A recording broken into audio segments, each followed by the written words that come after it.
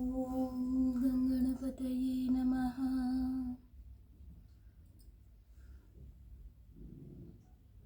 श्री शिव महापुराणे सप्तम्यां वायव्य संहितायाम्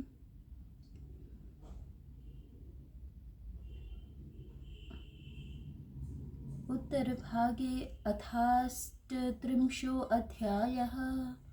उपमन्युरुवाच आलस्यं व्याधयस्तीव्र प्रमादः स्थानसंशयः अनवस्थितचित्तत्वं श्रद्धा भ्रान्तिदर्शनं दुःखानि दौर्मनस्यं च विषयेषु च लूलता दशैते युज्यतां पुंसां मन्तरायाः प्रकीर्तिता आलस्यमलस्त्वं तु योगिनां देहचेतसो धातुवैषम्यजादोष व्याद्यः कर्मदोषजाः प्रमादो नाम योगस्य साधनानां भावना इदं वेत्युभयाक्रान्तं विज्ञानं स्थानसंशयः अप्रतिष्ठा हि मनस्तत्त्वतन्वस्तीतिरुच्यते अश्रद्धा भावरहिता वृत्तिर्वयोगिवर्त्मनि विपर्यस्था मतिर्यासा भ्रान्तिरित्याभिधीयते दुःखमज्ञानजं पुंसां चित्तस्याध्यात्मिकं विदुः आधिभौतिककंयोक्तं चैदुःखं पराकृते आधिदैविकमाख्यातं शन्यशस्त्रविषाधिकम् इच्छाविधातजं क्षोभं दौर्मनस्यं प्रयच्छते विषयेषु विचित्रेषु विभ्रमस्तत्र लूलता शान्ते स्वेतेषु विघ्नेषु योगासक्तस्य योगिनः उपसर्गाः प्रवर्तन्ते दिव्यास्ते सिद्धिसूचिकाः प्रतिभाश्रवणं वार्ताः दर्शनास्त्वादवेदनाः उपसर्गाः षडित्येते व्यये योगस्य सिद्धयः सूक्ष्मे व्यवहिते अतीते विप्रकृष्टे त्वनागते प्रतिभा कथयते योऽर्थे प्रतिभासो कथाततं श्रवणं सर्वशब्दानां श्रवणे चाप्रयत्नतः वार्तासु विज्ञानं सर्वेषामेव देहिनां दर्शनं नाम दिव्यानां दर्शनं चाप्रयत्नतः तथा स्वादश्च दिव्येषु रसेष्वास्वाद उच्यते स्पर्शनाधिगमस्तत्त्वे देना नाम विशुद्धतः गन्धादीनां च दिव्यानां ब्रह्मा भुवनाधिपाः सन्तिष्ठन्ते च रत्नानि प्रयच्छन्ति बहूनि च स्वच्छन्दमथुरावाणी विविधा स्यात् प्रवर्तते रसायनानि सर्वाणि दिव्याश्चौषधस्तथा सिद्ध्यन्ति प्रणिपत्येनं दिशन्ति सुरयोषितः योगिसिद्धयेकदेशोऽपि दृष्टे मोक्षे भवेन्मतिः दृष्टते तन्मया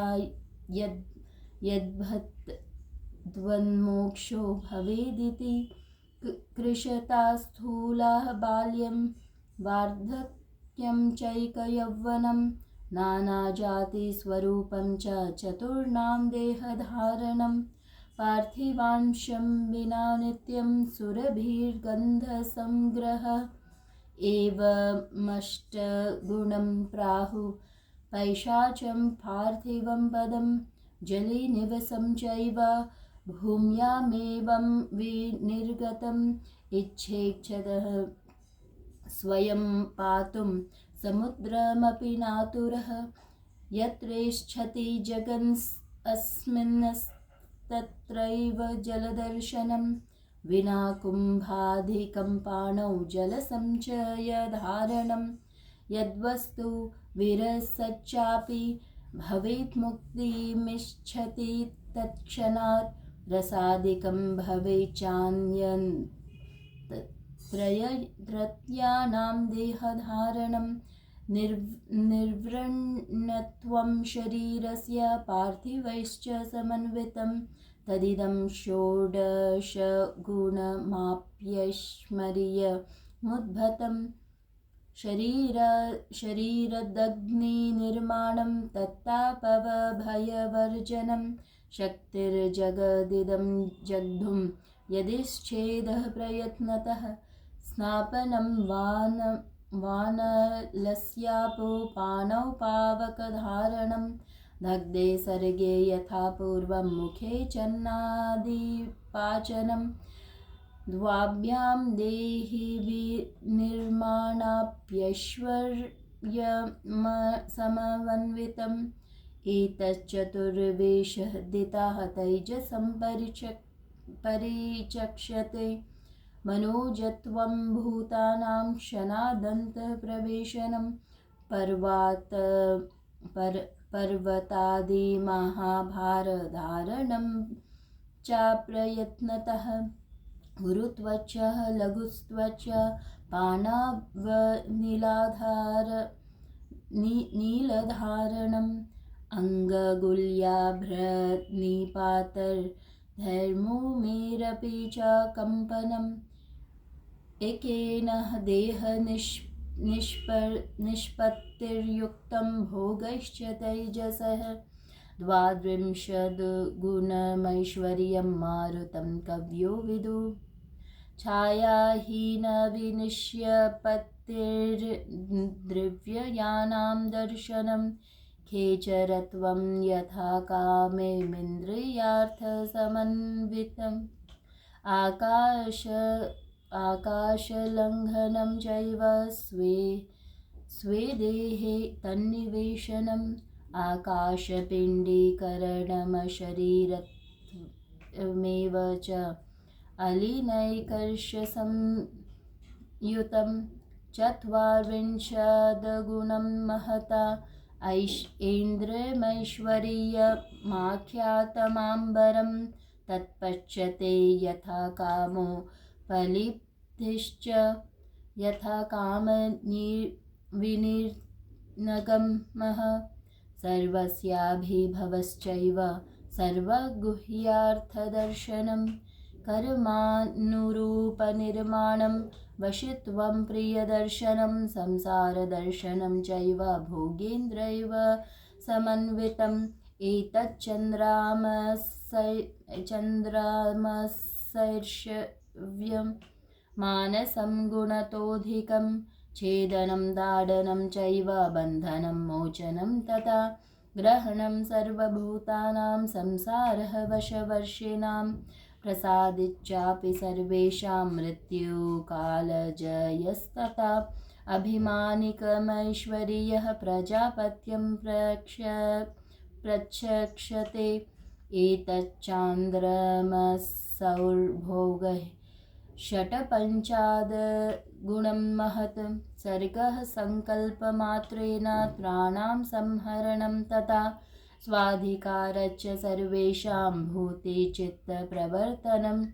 असादृशं च सर्वस्य निर्माणं जगतः पृथक् शुभाशुभस्य करणं प्राजात्पत्यैश्च संयुतं चतुष्षष्टिगुणं ब्रह्मैश्वर्यं च प्रक्षते बौद्धा तस्मात् परं गौणमैश्वर्यप्राकृतं विदुः वैष्णवं तत्समाख्यातं तस्यैव भुवनवस्थितिः ब्रह्मणा तत्पदं सर्वं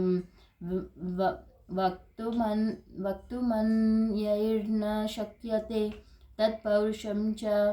गौणं च गणेशं पदमैश्वरं विष्णूनां तत्पदं किञ्चित् ज्ञातुमन्यैर्न शक्यते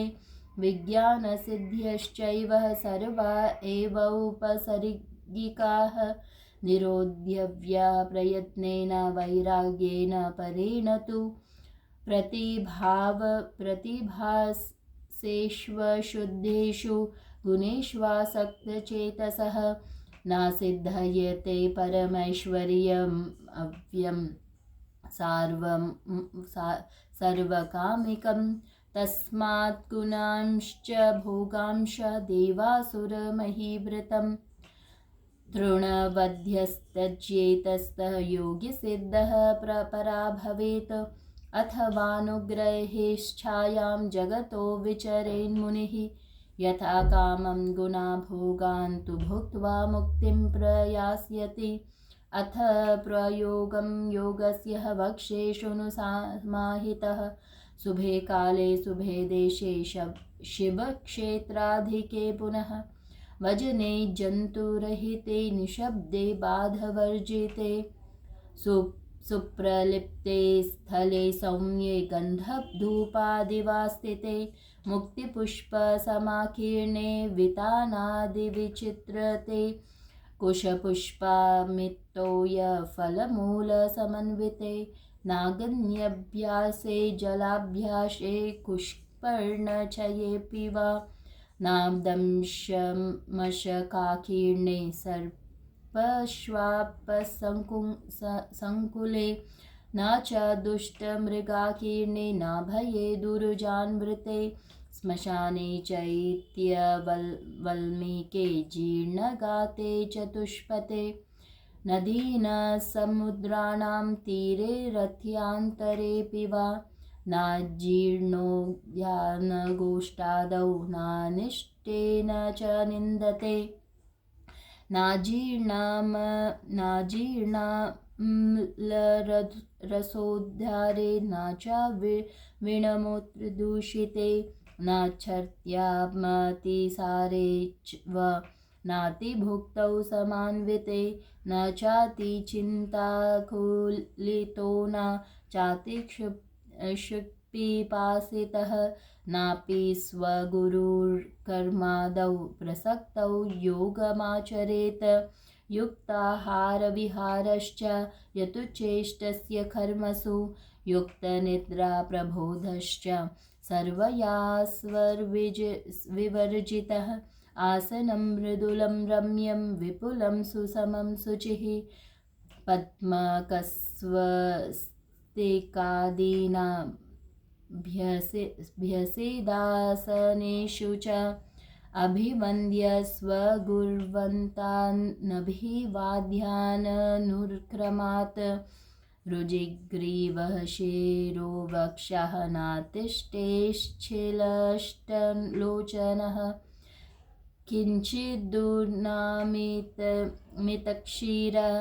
दन्तैर्दन्तान् संस्पृशे दन्तान्ग्रहसंस्थितां जिह्व्यामचलां सन्निवेश्य च पाष्णिर्भ्यां वृषणौ रक्षस्ततः प्रजनं पुनः ऊर्वोरुपरि संस्थाप्य बाहुतिर्यागयन्नतः दक्षिणं करपृष्ठं तु न्यस्य वामतलोपरि उन्नाम्य शनकः पृष्ठः मुरोविष्टभ्य चाग्रतः सम्प्रेक्ष्य नासिक्रां स्वं दीक्षाश्चानलोकयन् संवृतः प्राणसञ्चारः पाषाण इव निश्चलः स्वादेहायतनस्यान्तर्विचिन्त्य शिवम्बया हृत्पद्मपीठकामध्ये ध्यानयज्ञेन पूजिते मूले द्रोणथवा नाभौ कण्ठे वहतालुरन्ध्रयो भूमध्ये द्वारदेशे वललाटे मूर्ध्नि वा स्मरेत् परिकल्पयथा न्यायं शिवयोः परमानसं तत्र सावरणं वापि निरावरणमेव वा द्वादले षोडक्षारे वः द्वादशारे यथाविधि दशारे वः षडस्रे वः चतुरसे शिवं स्मरेत् भ्रुवोऽन्तरन्तरतः पद्मं द्वद्दलं तडिज्वलं भ्रूमध्यस्थारविन्द्यस्य ग्रामद्वये दक्षिणोत्तरे विद्युत्समानवर्णे च पर्णे वर्णावसानके षोडशारस्य पत्राणि स्वराः षोडशतानि वै पूर्वादीनि क्रमादे ततत्पद्मं कदस्य मूलतः ककारादीटकारान्तां वर्णां पर्णान्यनुक्रमात् भानुवर्णस्य पद्मस्य ध्येयं तद्विन्त्यातरे वर्णापर्णानि पक्षस्य नाभिरुपरि पृष्ठतः गोचीरः धवलस्योक्तः डाढिफान्ता यथाक्रमम् अधोदलस्याम्भुजस्य एतस्य च दलानि षष्ठ विधूमाङ्गारवर्णस्य वर्णावाद्याश्चलान्तिमा मूलाधाराविन्दस्य हेमाभस्य यथाक्रमं वकारादिसकारान्तां वर्णां पर्णमया एतश्वथारविन्देषु यथैवाभिरतं मनः तथैव देवं देवीं च चिन्तये धीरया धिया अङ्गुष्ठमात्रममलं दीप्यमानं समन्ततः शुद्धिपशिखरां स्वाशक्त्या पूर्णमण्डितम् इन्दुरेखासमाकारं तारारूपमथापि वा निवारशुकसदृश्यं बिसस्तोत्राभमेव वा कदम्बलोककाकारं तुषारकणिकोपमं क्षित्यादितत्त्वविश्वं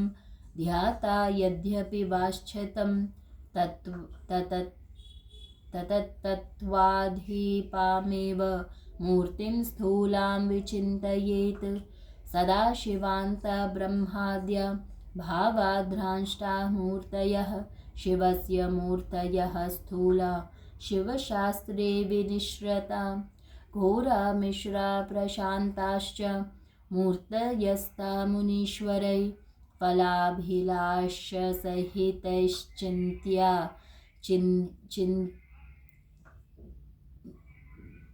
चिन्ता विशारदै घोराश्चैश्चिन्तिताः कुर्यु पापरोगपरिक्षयं चरणे मिश्रे सौम्ये तु न सद्यो न चिरादपि सौम्ये मुक्तिर्विशेषेणे शान्तिः प्रज्ञः प्रसिद्ध्यति सिद्ध्यन्ति सिद्ध्यश्चवात्र कर्मशो नात्र संशयः। इति श्री शिवमहापुराणे सप्तम्यां वायव्यसंहितायाम् उत्तरभागे योगगतौ विघ्नोत्पत्तिर्वर्णनं नाम अष्टत्रिंशोऽध्यायः। ॐ नमः शिवाय। शिवजी सदा सहाय। ॐ नमः शिवाय। गुरुजी सदा सहाय।